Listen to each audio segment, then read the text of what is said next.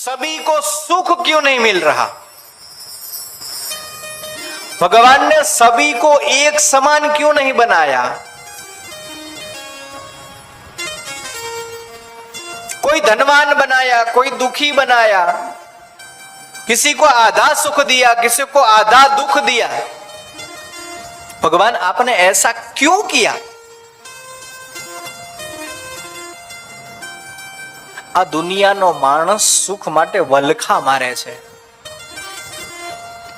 સવારમાં ઉઠે એટલે નોકરી ધંધે જવા માટે સુખ, ગાડીમાં બેસીને એસીની હવા ખાવામાં સુખ, ઓફિસે જઈને એસીની હવા ખાવામાં સુખ, ટાઈમસર જમવામાં સુખ, પાણી પીવું તો કે સુખ, નોકર તો કે સુખ, સારો પૈસો આવે તો કે સુખ, ગાડી બંગલા તો કે સુખ, સારી પત્ની મળે, સારો સંતાન મળે, સારો પરિવાર મળે, સુખ માટે.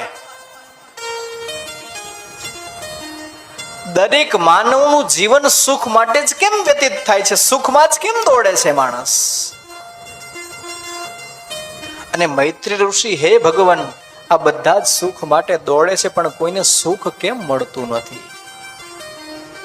બધાની દોટ એક સુખ માટે છે, પણ એ દોટ દુઃખમાં પરિવર્તિત થાય છે.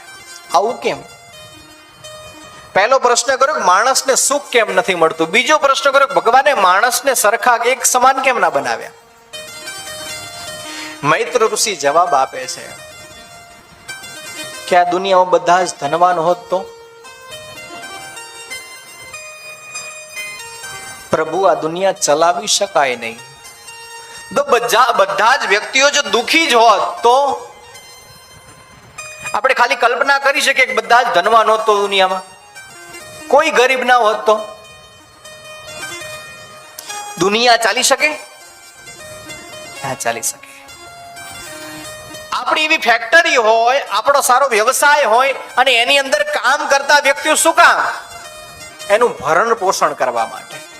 જો બધાને ધનવાન બનાવી દેતા હોત તો આ સૃષ્ટિમાં રહેલી પ્રકૃતિની વિરુદ્ધમાં વસ્તુ હતી.